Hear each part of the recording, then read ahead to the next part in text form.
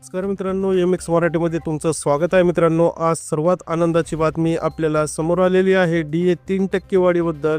आणि मग मात्र आपल्याला 3% DA वाढ कधी होणार आहे, डेट काय आहे आणि त्या डेटपासून आपल्या पगारीमध्ये किती बदल होणार आहे, या सगळ्या गोष्टी आज जे आहेत बातम्यांच्या रूपात आपल्यासमोर आल्या आहेत.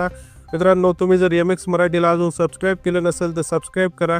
मित्रांनो, 3% DA वाढ आज आपल्यासमोर आलेली आहे. तीही व्यवस्थितपणे त्यांनी आकलन करून सांगितलेलं आहे की नेमकं कशा पद्धतीची वाढ होणार आहे आणि नेमकं काय काय वाढणार आहे. लक्षात घ्या, तारीखसुद्धा आलेली आहे.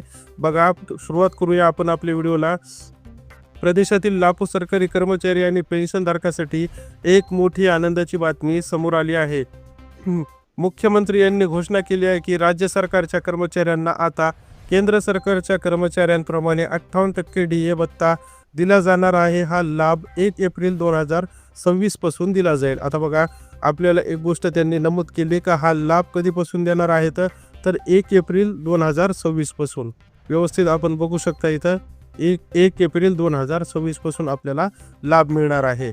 आणि यानंतर मात्र आपल्याला काही गोष्टी लक्षात घ्याव्या लागतील की आणखीन त्यांनी काय उदाहरण दिलं, तर उदाहरणामध्ये त्यांनी एक गोष्ट आपल्याला सांगितली की बघा, केरळ सरकारने देखील म्हणजेच केरळने देखील आनंदाची बातमी आपल्या माहिती आहेच की महागाई भत्ता जे आहे हा कर्मचाऱ्यांच्या वेतनातील असा भाग आहे जो वाढत्या महागाईपासून संरक्षण देण्यासाठी दिला जातो. हा भत्ता दर 6 महिन्यांनी जानेवारी आणि जुलैमध्ये सुधारित केला जातो. उदाहरणार्थ, एखाद्या कर्मचाऱ्यांचा मूलभूत पगार 40,000 असेल तर फक्त 3% DA वाढ वाढल्याने हा पगार जे आहे 1200 रुपयाची वाढ होते.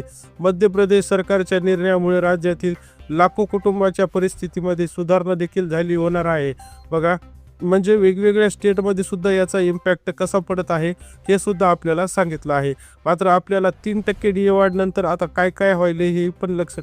आता बघा, आपल्याला एक एप्रिल आपल्याला डेट आली 2026ची. आणि दुसरी गोष्ट म्हणजे बघा, 3% DA वाढीचा पगारीवर काय परिणाम होतो, आता हे व्यवस्थित मात्र तुम्ही बघितलं पाहिजे. बातम्याच्या अनुषंगाने आपल्याला लक्षात येते की जर एखाद्या कर्मचाऱ्याचा मूलभूत पगार 40,000 रुपये असेल तर DA मध्ये 3% वाढ झाल्यावर त्याला दर महिन्याला अतिरिक्त 1200 रुपये मिळतील. ही गणना केवळ मूलभूत पगारावर लागू होते आणि याच घरभाडे भत्ता HRA हा सगळ्यात मोठा पार्ट आहे HRA. आणि यानंतर मात्र HRA किंवा प्रवास भत्ता TA म्हणजेच काय, तर आपल्याला ट्रॅव्हल अलाउन्स वगैरे जे काही आपण म्हणतो त्याला TA यासारखे इतर भत्ते समाविष्ट नसतात. विविध वेतन संस्थांवर 3% DA वाढीचा परिणाम पुढील प्रमाणे दिसून येतो.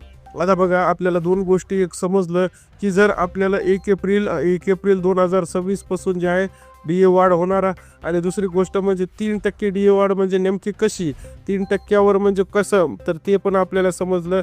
यानंतर मात्र 3% DA वाढीचा परिणाम सुद्धा आपण जाणून घेतला. नंतर मात्र घरभाडे म्हणजेच हाऊसिंग रेंट अलाउन्स किंवा TA म्हणजे ट्रॅव्हलिंग अलाउन्स हे सुद्धा आपण चेक केलं. आता बघा, 18,000 रुपये मूलभूत पगारावर दरमहा 540 रुपयांची वाढ होईल आणि वर्षभरात 6,480 रुपयाची वाढ होईल. आता हे गणित कसं असतं मित्रांनो, लक्षात घ्या. 18%वर 3% जर काढले तुम्ही, 18,000वर 3% काढले तर तुम्हाला 540 हे गणित उत्तरात भेटतं. मग 540 गुणिले 12 जर केले आपण, 540 गुणिले, तर 540 गुणिले 12 म्हणजे 6,480 रुपये तुम्हाला दर वर्षाला हे अतिरिक्त वाढ जे आहे DAच्या स्वरूपात भेटते. आता बघा, 25,500 मूलभूत पगारावर दरमहा 765 रुपये म्हणजेच काय, तर एका वर्षाला 9,180. मित्रांनो, 9,180 रुपये जे आहे DA मार्फत आपल्याला भेटतात. आता हे किती, तर मात्र आपल्याला DA 3% वाढमध्ये भेटतात. 3% वाढचा आपण हिशोब बघत आहे. तर बऱ्याच वेगवेगळ्या कर्मचाऱ्यांना इथे आपण कनेक्ट केलं आहे, ते सुद्धा बघूया. बघा, 35,400 रुपये मूलभूत पगारावर दरमहा 1,062 रुपये आणि वर्षभरात 12,744 रुपयाची वाढ होईल. म्हणजे 44,900 मूलभूत पगार असल्यास दरमहा 1,347 रुपयाप्रमाणे 16,164 रुपयाची वाढ होईल. हे स्केल सांगायचा अर्थ काय मित्रांनो, हा स्केल काय मी मनाने नाही सांगत आहे, हा बातम्यातून जी बातमी आपल्या समोर आली त्या बातमीतून हा स्केल त्यांनी सांगितला. हा स्केल सांगण्यामागचा स्पष्ट उद्देश एवढाच आहे की तुम्हाला तुमची बेसिक सॅलरी लक्षात आली पाहिजे. म्हणजेच की बाबा याची 35 आहे, तुमची कदाचित 30,000 बेसिक सॅलरी जी आहे असू शकते. म्हणजे तुमची कदाचित 30च्याही जास्त असू शकते किंवा 30च्या कमी. तर तुम्हाला या गोष्टीचा अंदाज इथे येतो की 30,000 बेसिक सॅलरीला नेमकं आपल्याला किती DA भेटणार आहे, 35,000 बेसिक सॅलरीला नेमकं आपल्याला किती DA भेटणार आहे. आणि मग मात्र याचं इंटू 12 म्हणजेच आपल्याला गणित कसं असतं तर इंटू 12 गणित चालतं.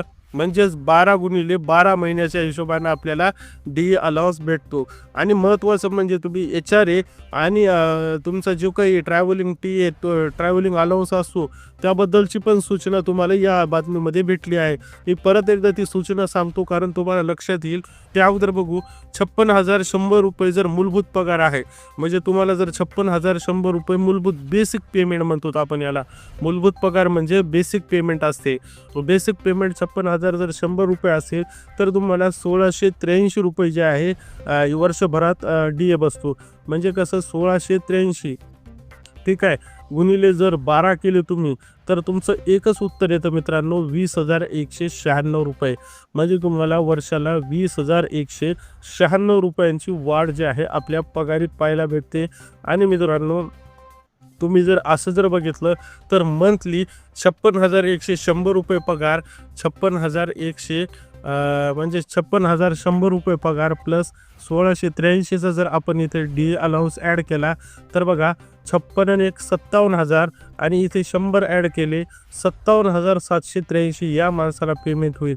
जिथे याची पेमेंट 56,100 आहे तिथं 57,083 रुपयापर्यंत पगार वाढेल. म्हणजे तुम्हाला एक गोष्ट लक्षात आलं 57,783 ज्या माणसाची आपल्याला कालपर्यंत पेमेंट होती 56,100 त्याची आज पेमेंट होणार 57,783.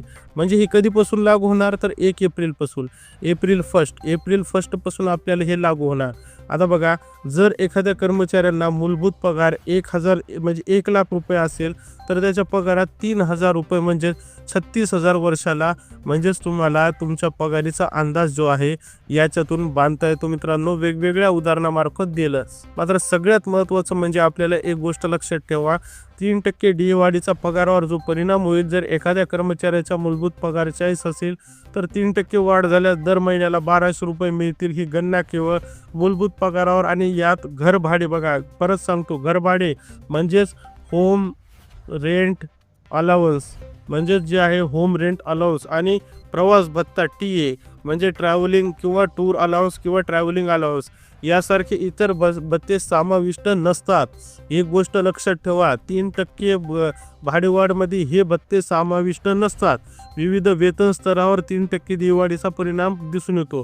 म्हणजे तुम्ही जर आपलं HRA किंवा TA मध्ये जर तुम्ही याला पकडत असाल तर हा भत्ता आणि तो भत्ता पूर्णपणे दोन्ही भत्ते जे आहेत वेगळे आहेत. त्यामुळे आता ही गोष्ट समोर येते. बघा मित्रांनो 1 एप्रिलपासून जे आहे तुम्हाला राज्य सरकार खुशखबरी द्यायच्या तयारीत आपल्याला पाहायला भेटतं.